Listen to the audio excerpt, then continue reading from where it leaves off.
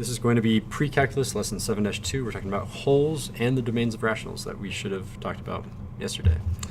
All right, so what is a hole? Do we remember the name in our notes yesterday, the calculus term for a hole? Removable something? Yeah, removable something. Removable. Remember the second word, anyone? Discontinuity.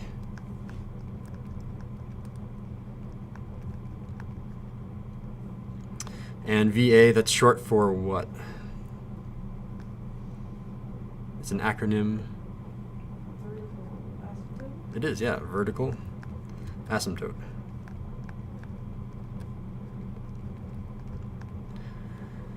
All right, so we already talked about how to find vertical asymptote. You guys want to give us a brief review, or should I do the review?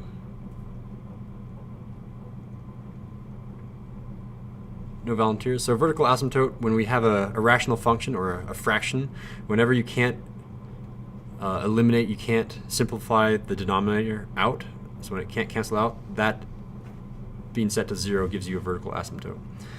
And we'll review that really quickly too, while we also find how to find holes. So let's do a function here. So let's do f of x is equal to, I think this is the one that we did from yesterday. I don't remember. 2x plus 2 on the top in the numerator, and on the bottom x squared minus 1. Seems familiar. So let's go ahead and factor him. F of x is now going to be equal what in the numerator when I take out the GCF, the greatest common factor? 2x plus 1. 2 times quantity of x plus 1 is correct. And then Arrow, you want to do the denominator for us? Difference of squares? X minus 1 times x plus 1. There it is, x plus 1. Perfect. Do you guys remember the term that these are? These are what of each other? It starts with a C. A little term. Linear? Good guess, but no.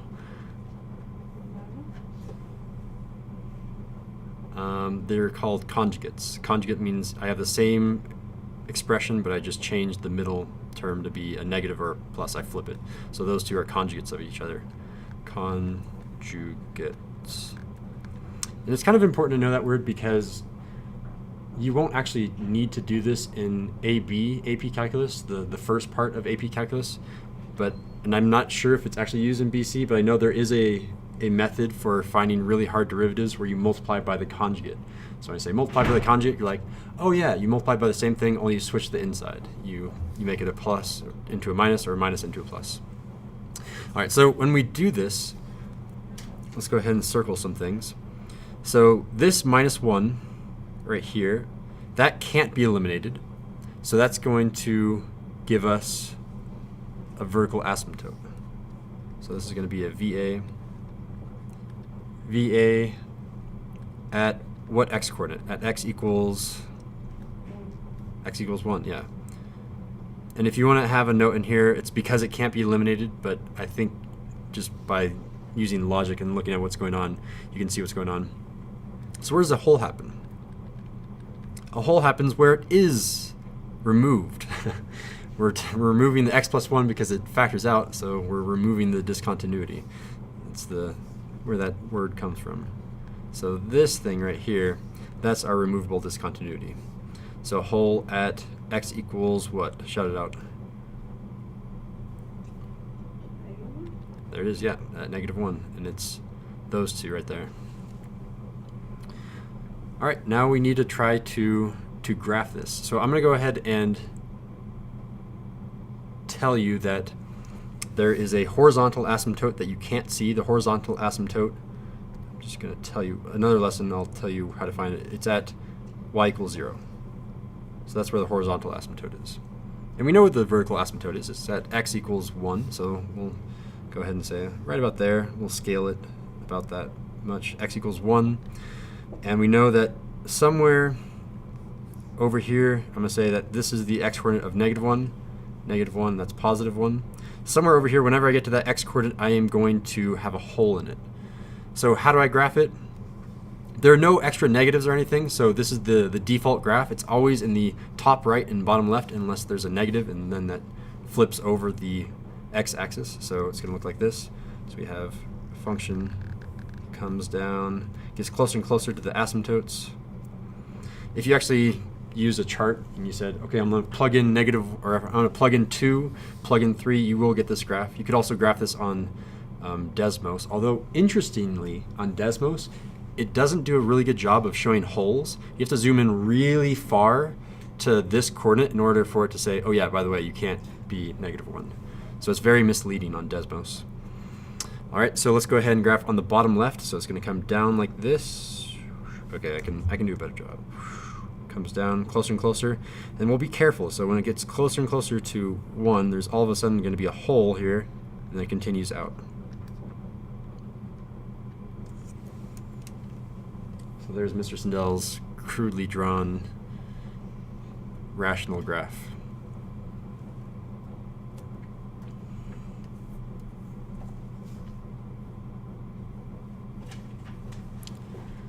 Cool. All right, I'm going to go to the next slide. There are 2 more slides left in this lesson, so I should make a copy. All right, the next slide, I just want to talk just general domains. I'm just going to title this domain. Let's look at some old functions, and this is a good review because I'm sure a few of us have forgotten some of these. So a linear graph. There's going to be 4 graphs on this entire slide if you're trying to space yourself. So I want a linear graph in the top left, a quadratic graph in the top right, and bottom left, I'm going to do exponential.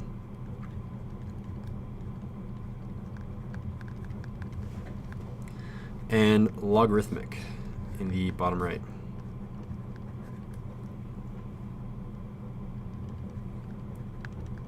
And I want this to go fast. Give a brief sketch, and to make sure that you're doing a sketch, I'm not even going to make a line. Oh, I guess I can because I have technology, but do a really brief sketch. I don't want it to be perfect. Generally, what is a linear graph going to look like? Oops, I want a solid line.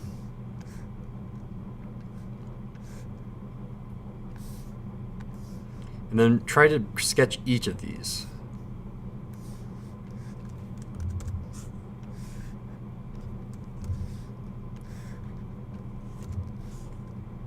Give yourself a little bit of room, 1 line, either above or below everything. That way we can write the domain of each of these. Grab too much there. I'm not grabbing the L. There we go. So I have enough room underneath each of the graphs to just talk about the domain.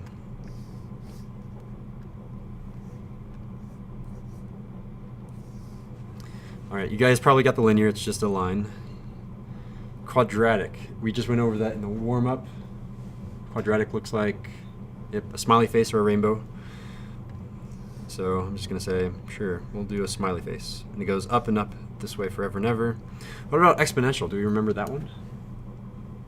Yeah, so I'm gonna do exponential increase, so it gets closer and closer to 0 as I go farther to the left, and as I come to the right, it gets closer and closer and it goes up at an exponential rate.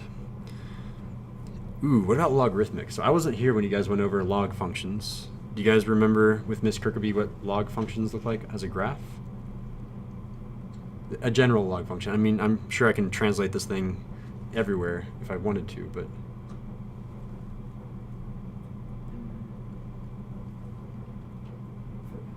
can you do log of -3?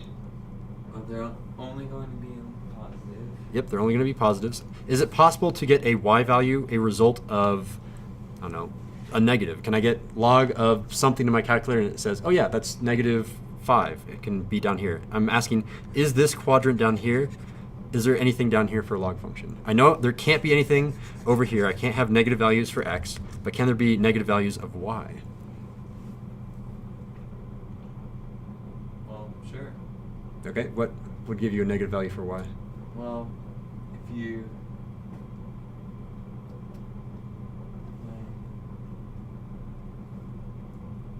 if x is a fraction, then I guess you would get, like, if x is 1/10, then y would be -1. It would be, yeah. And that's a good way to think about it. And I'm going to correct you just a little bit, but you said it. I know that you have the understanding. You said a fraction.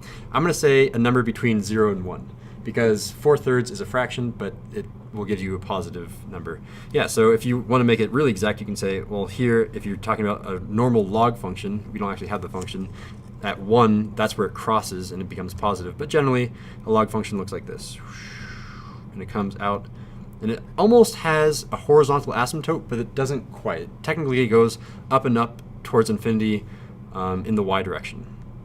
And this one gets closer and closer to negative infinity in the y direction, gets closer and closer to x equals 0. So that's our log function. Cool. So let's talk about the domain kind of quickly. So for domain, I usually just write a d. What's the domain for a linear function? For every single linear function. Yeah, all reals. So I'm just going to abbreviate and do that. It's a bold R. That's what the symbol is supposed to be. If I had the time, I would make it look like this. Team Rocket. But this is the quick way of making a bold R, and it stands for all real numbers. All right, what about quadratic? What is its domain? Usually. Well, actually, always. Always, always. What is quadratic domain? Its range can vary, but its domain is always all real numbers again, yeah. Exponential.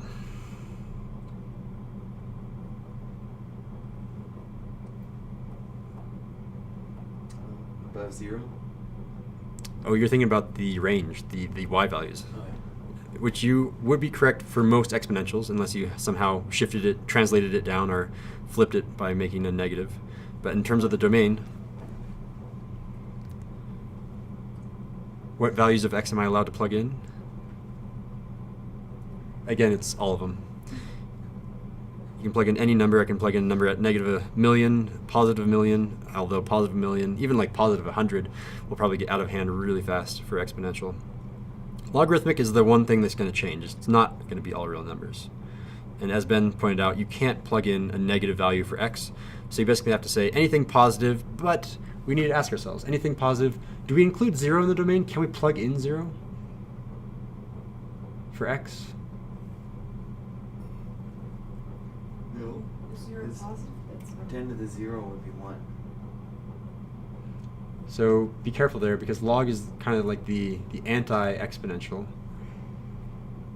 Well, but if you're doing log 10, let's see how you could get 0. Yeah. So you can get 0 in terms of the y value if you put in log of 1. But in terms of the x value, what am I allowed to plug in? Can I put log 0 on my calculator, or will it give me an error? And you can think about it in maybe terms of the graph. Do you think that this graph actually ever hits 0 in terms of this line going down? No. It doesn't. So it has to be greater than 0. So we'll say x is greater than 0. And since 0 is considered to be a non-positive, non-negative number, it's neither, you can say all positive numbers and you'd still be correct in the domain. Perfect. Okay, so, and finally we talked about specifically the domain of a rational function, and we did touch on this briefly yesterday. So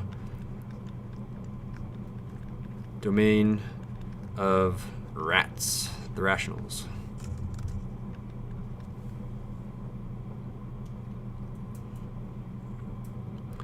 Essentially this boils down to, I mean, it's always boiling down to this, but it actually becomes a problem much more with rationals, is what can I not plug in? That's the question I always ask myself.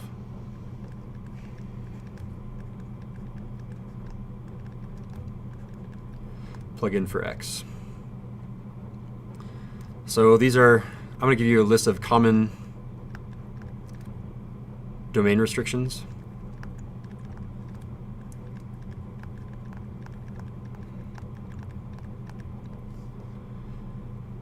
So first bullet point, 0 in the denominator. So 0 in denominator. That's the most common thing.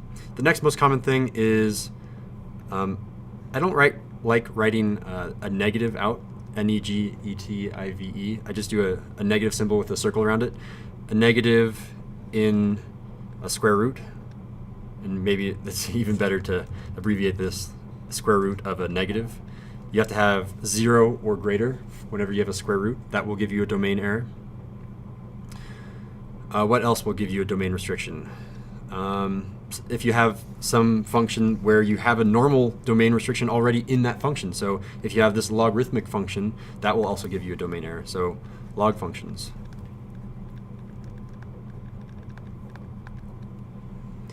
And there are a few things on here that I'm not mentioning, but they're a little bit more rare, I think. Maybe I'll come back to this list and add to it. It's like, oh yeah, that's a really common one. But I think these are the 3 most common ones, mainly the first 2. So when I talked about my first function, I'm just going to copy and paste this. You can just refer to it with an arrow in your notes. I'm just going to copy and paste it in my notes. In terms of this function, and our function again looked like it was all of that nonsense. What was our domain restriction? For our example, our domain was restricted to what? And I'm going to teach you 2 ways of writing this. I already kind of informally taught you one way yesterday. I'll make it a little bit more formal now. So what are the 2 problem points? What can you not plug in? 1 and -1. Yeah, 1 and -1. And both of those reasons, you can't have a 0 in the denominator. If I plug in 1, I get a 0 in the denominator because 0 times something, and if I plug in -1, I get 0 times something. Again, it's the same, sorry, it's this one over and over, 0 in denominator. So the easiest way, the short way, is doing this. You do x is not a member of the group -1, 1. That is the formal way of writing it, and it is accepted everywhere. If you wrote this in China, they'd be like, oh yeah, you can't plug in those numbers into the domain. Although I'm pretty sure they might write something different out here. They might not write a D. That's more Englishified. Yeah. Although I'm wondering what Spanish is for domain. I feel like it might start with a D. Also, it might be a cognate. And here's the long way. So that was the short way. That's the way you'll probably be doing it over and over again. Here's the long way, just in case you are a sadist. The long way is going like this. You go, okay, you can plug in anything from -infinity to 1, not including 1 because it's a parenthesis, and then start again from 1 to, or from -1, sorry, we have to go from -infinity to -1, and then from -1 to 1, and then the next interval that you're allowed to have is from 1 to infinity.